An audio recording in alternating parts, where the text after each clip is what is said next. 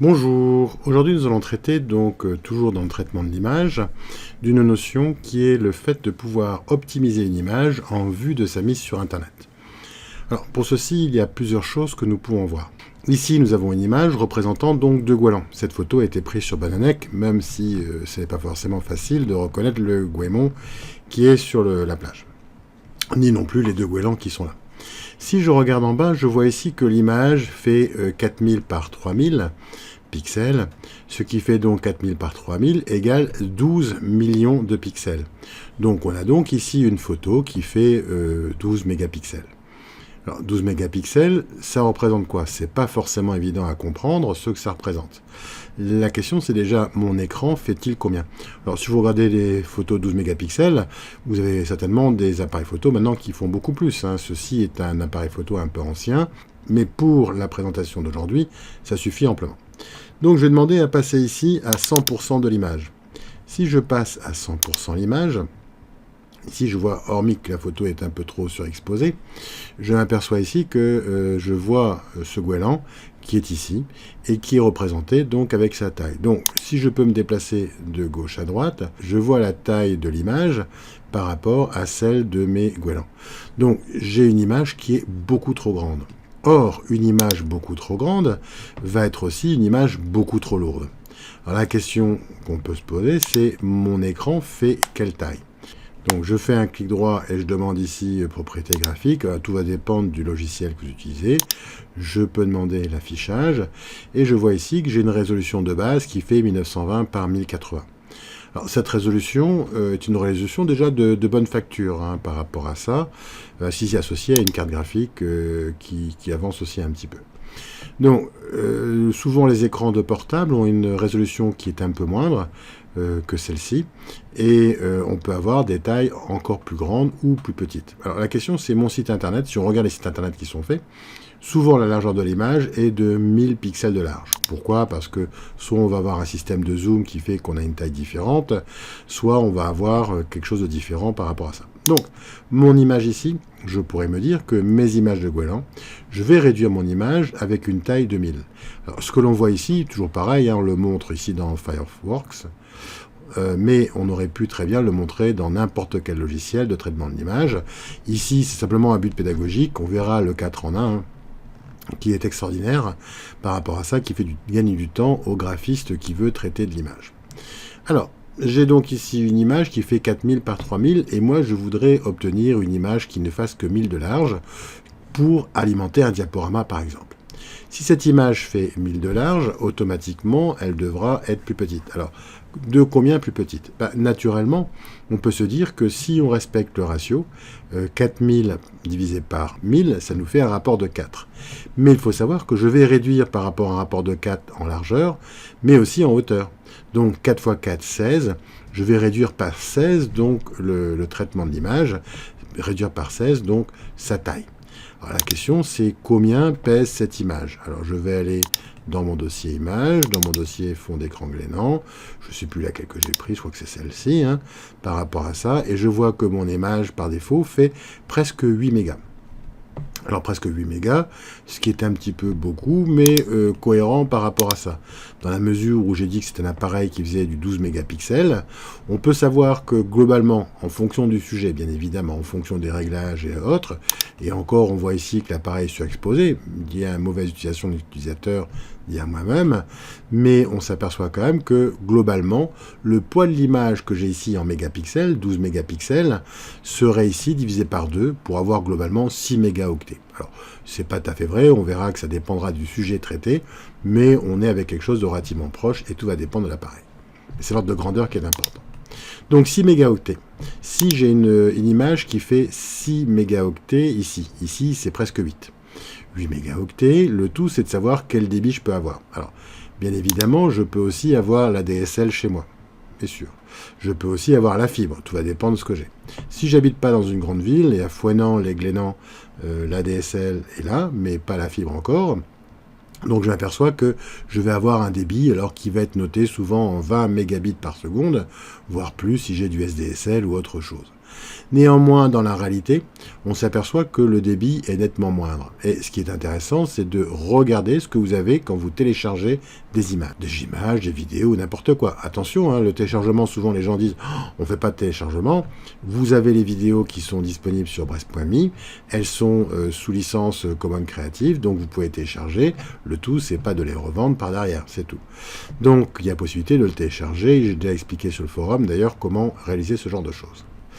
Mon image fait 8 mégas. Si je suis à 200 kg par seconde, je vais diviser donc 8000 divisé par 200 et je vois que j'obtiens quelque chose comme 40 secondes.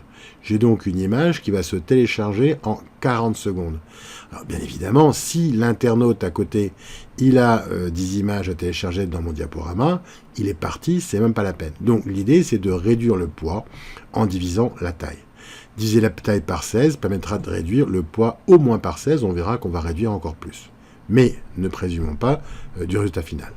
Donc, première chose à faire, c'est de changer la taille de l'image. Alors, ici, ça va dépendre de ce que j'ai comme logiciel. Ça peut se trouver souvent dans l'onglet Images ou autre. Hein, ça dépend du logiciel que vous utilisez.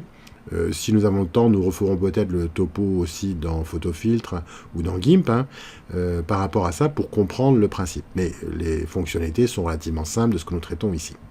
Ici, j'ai donc taille de l'image. On reparlera de la zone de travail un peu plus tard.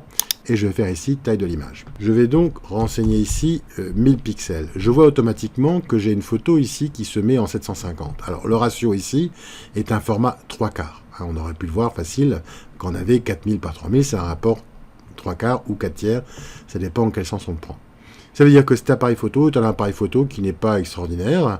Si j'avais eu un réflexe un peu plus haut de gamme, ce qui est le cas mais que je n'ai pas utilisé pour cette photo, j'aurais pu avoir un rapport plutôt du format 2/3, comme les anciens 24-36 hein, pour la photo argentique, où certains capteurs sont aussi en 24-36 par rapport à la taille. Donc 2/3, ici ma photo aurait fait 1000, et là je vois que ça aurait fait 667 pixels. Pourquoi 667 et pas 666,6? Parce qu'on ne peut pas couper un pixel en deux. Hein, on a déjà vu dans un épisode précédent, un pixel est toujours entier. Donc je demande ici 1000 par 750. Je vois ici une résolution. Alors cette notion de résolution est une notion qui intéresse surtout les graphistes par rapport à ça, mais pour Internet, on n'en a aucune importance par rapport à ça. Alors, ça signifie simplement que si quelqu'un voit ici l'image est avec une résolution de 72 dpi. 72 dpi, dot per inch, ou point par pouce, ou pixel par pouce. Hein. Donc, ça dépend de ce que l'on note. Ça veut dire que cette image-là a une résolution relativement faible. Un imprimeur, par exemple, imprime avec une résolution de 300 dpi. Donc, on aura quelque chose de plus raisonnable. Si je peux modifier ce facteur-là, je changerai uniquement la taille de l'image, c'est tout. Ça ne changera strictement rien le nombre de pixels. Et sur Internet, il n'y a que le nombre de pixels qui m'intéresse.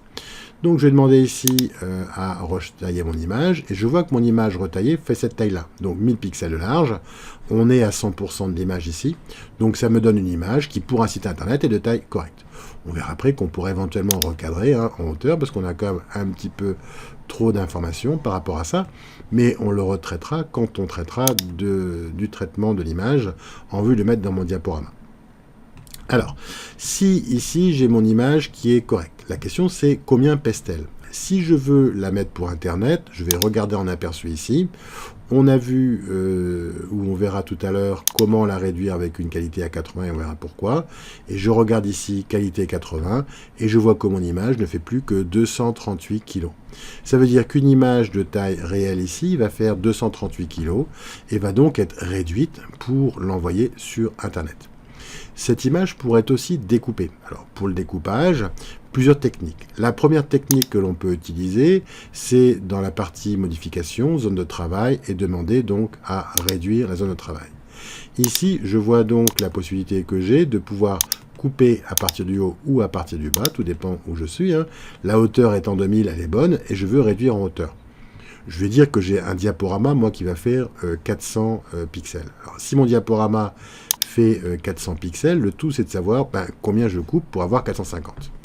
Ici, je peux demander donc un affichage, pourquoi pas de la règle. Et je peux demander aussi un affichage de la règle.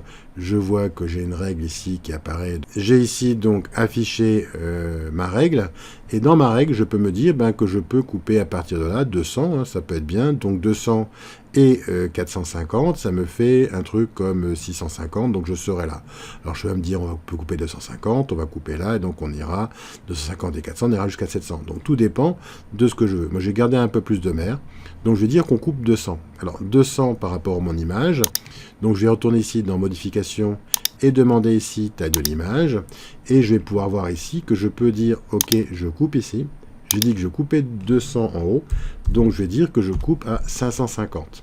Je valide, j'ai donc coupé, et maintenant il me reste ici, pour obtenir une image de 450, à enlever 100 pixels. Donc pareil, je vais dire modification, taille de l'image, et je vais demander taille de la zone de travail. Pareil, je clique en haut, et là je peux demander 450, et j'ai donc bien une image qui fait ici 450 par 1000. Donc cette image est correcte pour être mise dans un diaporama. Alors si le logiciel le permet, j'ai comme ici une fonctionnalité qui me permet d'avoir un aperçu de l'image. Alors l'aperçu de l'image est fonction des logiciels bien évidemment. Par rapport à ça, je vois mon image qui est là. Et je peux dire fichier OK, 1000, et je peux demander à exporter la zone. Je n'ai plus qu'à prendre le pixel, à dire que je coupe jusque là. Alors éventuellement, je pourrais prendre aussi des outils de découpe qui sont ailleurs, soit en demandant ici à dézoomer par exemple, et je vais pouvoir prendre ici une image. Je vois automatiquement qu'il me indique ici la taille que j'ai. Donc je peux lui dire, bah, tu vas prendre 1000, et on a dit, pardon, 450, donc je dis 450, il va automatiquement s'exécuter, et si je trouve que la hauteur n'est pas bonne ici, 226, je suis quand même relativement proche, là, je peux taper 220, et automatiquement il va recadrer mon image par rapport à ça. Donc c'est beaucoup de pratique, et surtout je vois le résultat final en fonction des contraintes, et je peux modifier l'information. Donc je dis même, je vais enlever que 200 pour avoir plus de mer comme j'avais dit, et voilà, je vois mon image ici, et j'ai plus qu'à l'exporter et à l'enregistrer donc avec un nom intelligent.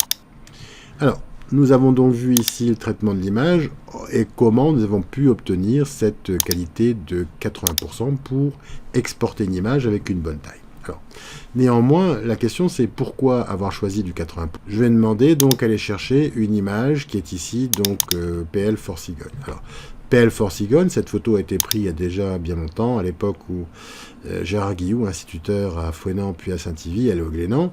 On s'aperçoit ici que les goélands ont été attirés par des reliefs de repas de homards de chez Castric. Il doit y avoir 7-8 homards au moins qui traînaient là, et que donc ça les attire pour pouvoir manger et pour avoir une photo avec plein d'homards. Alors, je vais faire la même chose ici pour traiter mon image et en avoir donc 4 en 1. Alors, 4 en 1, pareil, cette image ici va avoir un certain poids. Alors, le poids de l'image, ici il est d'une taille de 1000 par 768, je pourrais l'avoir plus petite, plus grande, ça n'a pas d'importance fondamentalement. Si je regarde cette image-là, je peux me dire qualité 100%, et je vois que l'image va peser ici 438 kg. Pourquoi pas, je réduis mon image ici à 80% de qualité, et je vois que mon image ne pèse plus que 192 kg. Alors, je peux me dire, en réduisant la qualité, je peux continuer à réduire la qualité en passant à 60% de qualité. Ce qui était un choix qui pouvait être fait avant, à l'époque où il n'y avait pas d'ADSL. 80% où je suis à 192 kg, à 60% où je suis à 111 kg. Donc, pas réduit par 2, mais quasiment. Alors, la question, c'est est-ce qu'il y a des défauts dans l'image? Ici, à 100%, si j'ai l'habitude de le voir, je le vois bien. Mais encore en plus, ici, la compression MPEG est arrivée, qui va peut-être être moins facile. Mais si je regarde le goéland ici, je vois apparaître des tubulures tout autour du goéland. On les reverra tout à l'heure dans l'image GIF. Je vois apparaître des tubulures ici tout autour du goéland qui font comme une espèce de brume de chaleur autour de mon goéland. Donc, bien évidemment, ce n'est pas l'idéal par rapport à ce que je souhaite avoir comme image. Mais l'image pèse moins. Si je regardais bien aussi dans le ciel, je me serais aperçu que je vois apparaître des défauts dans le ciel qui sont liés à des paquets carrés qui commencent à apparaître. Alors, si je continue la qualité pour réduire le poids, je peux aller au maximum, réduire donc l'image à une taille de qualité la plus nulle possible, et je vois apparaître ici des gros paquets. Alors, je dis des gros paquets, pourquoi? Parce que si je zoome effectivement dessus, j'aperçois que là, je vois bien apparaître les pixels, hein, mais que les paquets qui sont là sont des pixels de 8 par 8, hein, un peu plus gros que ceux que je peux avoir habituellement, et que globalement, ici, le système, qu'est-ce qu'il fait? Il va dire, ben, moi je te prends un pixel là-dedans moyen par rapport à cette image, et je vais calculer ici le différentiel qu'il y a avec une fonction cosinus, on ne va pas rentrer dans les détails, hein, il y a des bouquins pour ça, qui me permet de pouvoir voir le différentiel. Et cette fonction, plus la variable est importante, meilleure est la qualité.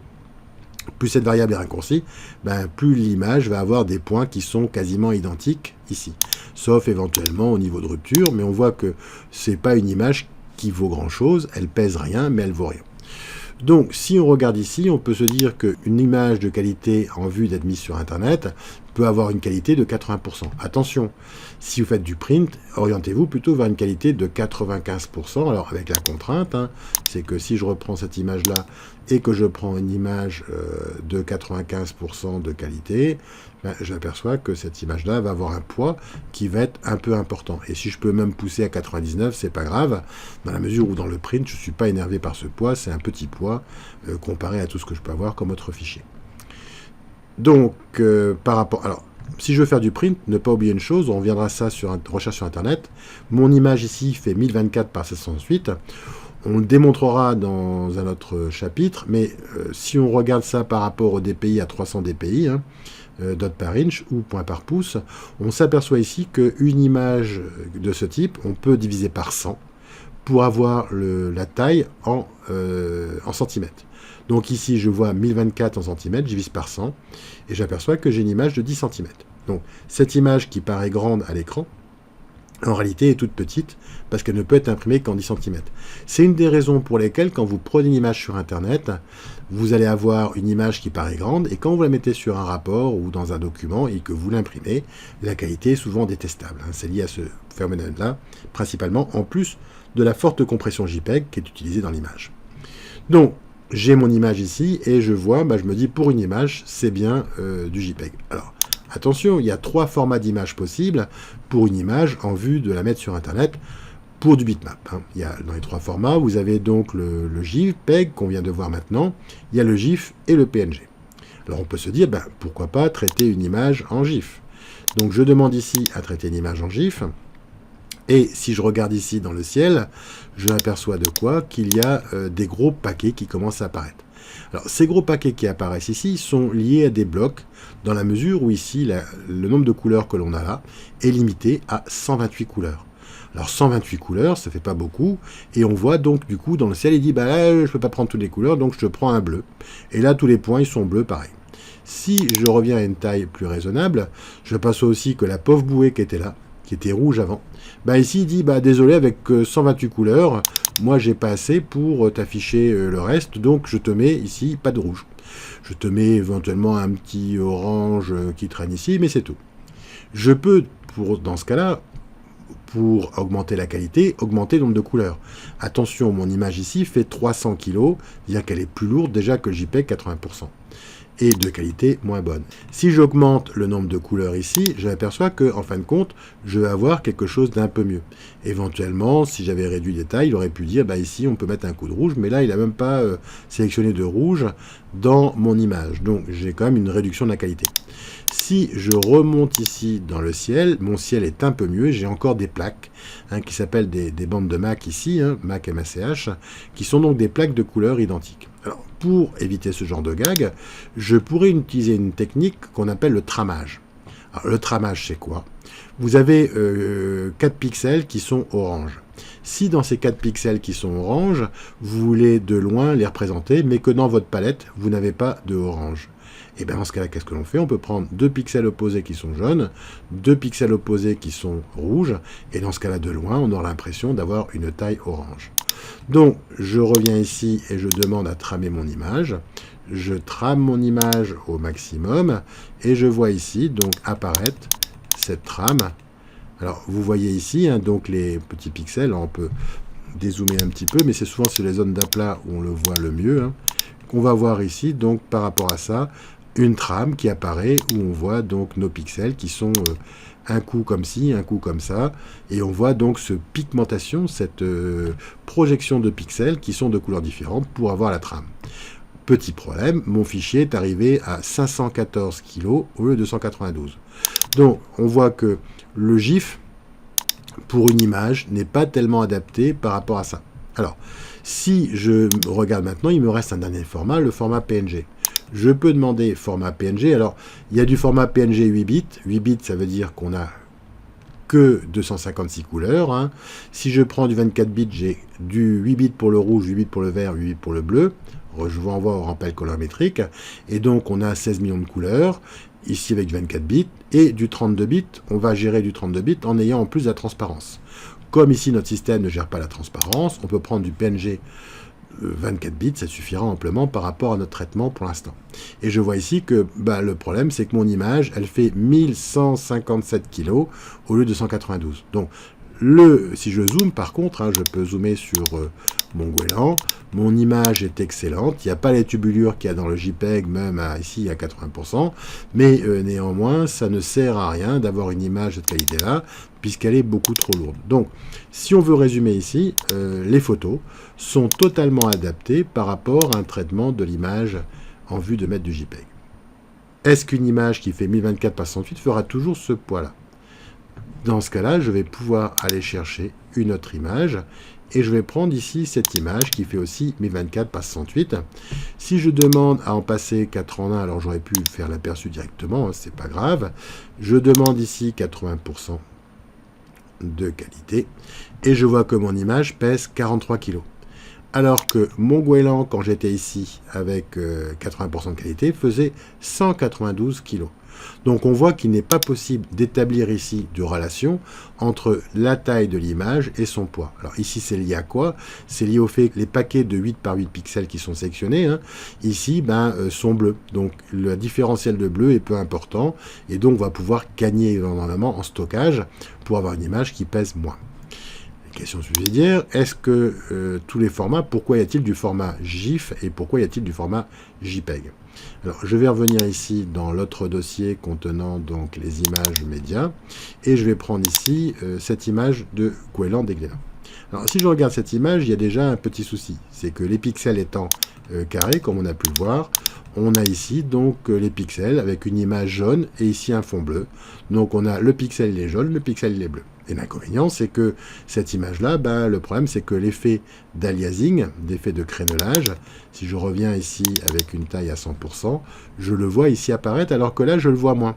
Alors, comment ça se fait-il que je le vois moins ici? Si je zoome, je vais voir qu'ici, j'ai donc fait une notion de transparence sur mes pixels jaunes pour faire ici un dégradé de bleu, ce qui fait que j'ai cette notion de dégradé, et je vous renvoie au traitement de l'image Fireworks qu'on avait déjà vu préalablement, hein, pour comprendre cette notion-là, avec le dégradé du narcisse que nous avions coupé et collé ailleurs. Donc, possibilité ici. Si je regarde cette image, je vais demander à passer en 4 en 1. J'ai mon goéland qui est là, je vais pouvoir éventuellement le monter un petit peu, regarder son aile et le texte. Je vais passer donc parce que je suis à 150%, je vais passer ici avec une taille à 100%, ce sera très bien. Et je vais maintenant prendre j'ai encore zoomé. Je vais donc ici prendre la taille, voir mon goéland. Ok. Si maintenant je regarde ici le GIF, je vois mon image ici est en GIF et elle pèse 7 kg. Alors 7 kg, je vois que j'ai du GIF et je vois que la palette est une palette exacte. Il existe différents types de palettes et je peux prendre une palette adaptative, c'est-à-dire qu'il va prendre les meilleures couleurs par rapport à ça. Je peux aussi demander à changer le nombre de couleurs. Je vais passer par exemple à 16 couleurs. Alors qu'est-ce qui se passe? Ici, vous avez peut-être vu, c'est passé rapidement, mais je vois qu'à 16 couleurs, il me dit ton œil de goéland, ton bec de goéland, tout ça, les couleurs, désolé, t'en as pas assez, donc je peux pas me permettre de faire tout ça, donc je fais à peu près ce que je peux là-dessus. Et il faut atteindre 64 couleurs au moins pour avoir quelque chose de près réaliste, et je vois que j'ai gagné un petit kilo, je suis à 6,6, donc pas de quoi non plus faire la fête par rapport à ça. Alors, je vais maintenant me dire, ok, j'ai mon image ici en GIF, c'est très bien. Si je regarde ici, je me dis, et si on traitait du JPEG? Je prends une image JPEG, 80%, je me dis, l'image est pas mal, sauf que 22 kg en JPEG et 6 kg en GIF. Si je veux obtenir une qualité identique avec le JPEG, je vais devoir donc comprimer mon image. Alors je vais directement à peu près au poids voulu, hein, parce que je connais déjà cette image. J'obtiens ici, à queue de cerise près, quelque chose d'équivalent. En zoomant sur mon goéland, je vois ici que mon goéland a l'aile comme s'il était mazouté par rapport à ça. Donc, c'est pas vraiment très propre. Si je regarde le texte aussi, le texte, vous voyez que c'est pas beau du tout, hein. On obtient ici un truc typique avec l'effet de tubulure, hein, comme j'avais parlé au niveau des zones de rupture, qui fait quelque chose d'atroce par rapport à ça. Donc, le JPEG n'est pas du tout adapté sur ce genre d'image. Alors, ce genre d'image, c'est quoi? C'est une image avec beaucoup d'aplats, hein, beaucoup de couleurs identiques, qui vont me permettre de pouvoir réduire le poids. Alors, donc, le JPEG pas adapté, il nous reste le PNG. Si je prends du PNG et que je demande du PNG, là j'ai demandé 8 bits parce que j'ai pas besoin de tant que ça de couleurs, et la palette, je ne peux même pas toucher trop la palette, mais je vois que je suis dans un rapport de poids équivalent au GIF. Quand c'est une image avec beaucoup d'aplats comme ce dessin du goéland, ou un logo éventuellement, je peux utiliser soit du GIF, soit du PNG. La tendance maintenant, c'est plutôt d'utiliser du PNG pour un logo. Pourquoi? Bah, tout simplement pour gérer la transparence. Donc le GIF par contre, lui, il va être utilisé dans quoi? Ben, je peux montrer par exemple, vous avez ici un goéland qui est le goéland voit l'accueil, que vous pouvez télécharger, hein, qui est téléchargeable sur glenand.fr, et vous regardez ici, vous avez une image, 2 images, 3 images, 4 images, 5 images. Et ce qui fait que quand je demande à ce que ça vole, ben, j'ai mon petit goéland qui fait son mouvement de 5 images. Et l'avantage, il ne pèse pas grand-chose. Donc je peux ici gérer un GIF. Je peux aussi éventuellement charger mon petit dauphin des goélands, mon petit dauphin des glénans. Donc ce dauphin, si je demande, ici il y a plus d'images, hein, parce que j'avais dû faire 14 images au total. Et si je demande à traiter l'image, ben, je vois que j'ai mon petit dauphin qui fait un mouvement de queue, hop, et qui saute de l'eau, et qui va replonger. On lui laisse le temps de revenir par en dessous, et hop, il replonge. Je suis pas sûr que le mouvement de queue que j'ai fait soit vraiment conforme, parce qu'un dauphin doit pouvoir le faire, mais ça doit lui faire mal quand même par rapport à ça. Mais après, il faudra aller à Sonopolis, par exemple, pour voir ce dessin. Donc le GIF pour faire l'animation, mais la question c'est le PNG, dans quel cas, pourquoi le PNG? Alors le PNG, je vais reprendre ici mon image, pourquoi pas de fond des glénans, et je vais prendre celle-là avec un petit goéland qui vole, ça n'a pas d'importance. Alors je vais faire ici un outil de sélection, je vais prendre un outil ovale. Dans les outils de sélection, on avait vu qu'on peut mettre éventuellement un bord net. Moi, j'ai demandé un bord de diffusion. Un bord de diffusion 10-20, c'est pas grave, hein, ça n'a pas d'importance là-dessus. Je vais faire une sélection de mon goéland qui est ici. Je vais demander à faire un copier, nouveau document, transparent, je valide, et je fais un coller. Et si je colle ici mon image, en venant à une taille normale, on voit ici qu'on a tout un dégradé de couleurs qui va, et on voit d'ailleurs la cheminée ici, c'est pour ça que j'ai pris cette partie-là, la cheminée qui devient de plus en plus transparente, hein, alors que là, ici, l'image étant moins présente, ça le fait moins. Alors, si je demande à faire un aperçu, ou 4 en 1, comme on a déjà vu, hein, je m'aperçois, alors je vais peut-être dézoomer un peu, ça suffira, parce qu'on n'a pas besoin de montrer beaucoup de choses. J'aperçois ici que mon image, si je mets ici du JPEG, dans cette image-là, je vais demander ici du JPEG, ben le JPEG, j'ai du blanc, l'image est bonne, mais j'ai du blanc. Et elle pèse pas lourd. Si je demande ici une image, je peux demander donc du GIF. Alors le GIF, l'inconvénient, c'est qu'il n'y a pas de transparence, mais il peut en avoir. Alors la transparence d'alpha, c'est il va réutiliser la transparence qui était là, et va la mettre. Et la transparence d'index, je vais pouvoir dire qu'une couleur, le blanc par exemple, devient transparent. Si je regarde ici, je m'aperçois que la transparence devient progressive, et vers le blanc, et tout d'un coup, plus rien. C'est-à-dire que la transparence pour le GIF est gérée sur un pixel. On le voit ici, c'est ce pixel, il est transparent ou il n'est pas transparent. C'est-à-dire qu'on n'a pas de truc intermédiaire. C'est souvent pour ça que quand vous récupérez des GIFs animés ou des GIFs tout court sur Internet et que vous les mettez sur un fond sombre, il y a souvent un petit liseré blanc qui apparaît autour. Alors que si je demande ici du PNG 32 pour avoir la transparence, j'aperçois que j'ai exactement comme l'image du dessus, tout le dégradé de transparence. Normal, j'avais déjà 8 bits pour le vert, 8 bits pour le rouge et 8 bits pour le bleu. Et là, j'obtiens un canal de 8 bits complémentaire pour la transparence. Donc c'est pour ça que c'est du PNG 32 bits. Et je vois ici qu'effectivement, j'ai quelque chose de correct. Alors, petit souci, vous me direz, c'est que mon image JPEG avec du blanc, c'était 2 kg. Ici, le GIF, qui aurait pu être amélioré, mais heureusement que l'image n'est pas compliquée, fait 8 kg. Et là, on arrive à 23 kg. Mais si je veux quelque chose de totalement transparent, avec un dégradé transparent, et on a vu que le logo, lui, sera différent d'une photo, et sera très bien là-dessus, je vais utiliser du PNG. Donc, si on veut résumer, une image sur Internet, si c'est une photo, c'est automatiquement du JPEG en qualité 80%. Si par contre, c'est pas une photo, mais que c'est une image plutôt de type logo, je vais faire du PNG. Et PNG, éventuellement 32 bits pour avoir la transparence, ou je demanderai la transparence éventuellement ailleurs.